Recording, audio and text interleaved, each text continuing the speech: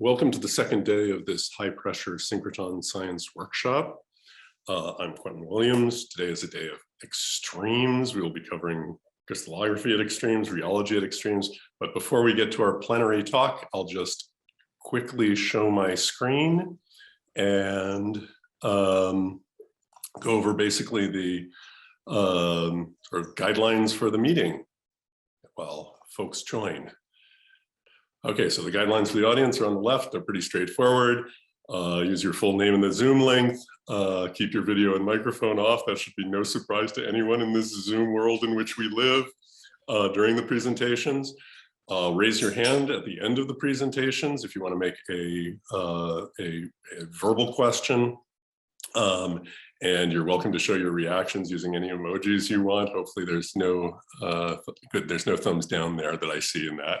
So you're not allowed to do thumbs down, but everything else is fair game. So just raise your hand either during the talk or immediately afterwards. If you want to be first in queue, raise your hand early, and then you'll be asked to turn on your mic and video and ask your question. We did run out of time for questions on a few of the talks yesterday.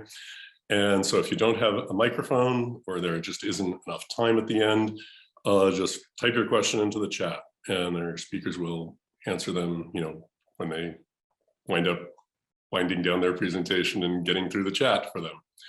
I just want to remind the more junior folks that there are 2 prizes of $200 each, courtesy of lightsources.org and Sylvana Westbury. That will be awarded at the end of the workshop to young folks who are students, postdocs, or early career, who are very actively engaged in discussion. And the one other request that we have is that you fill in the workshop survey. The link will be posted in the chat, or it probably already is posted in the chat.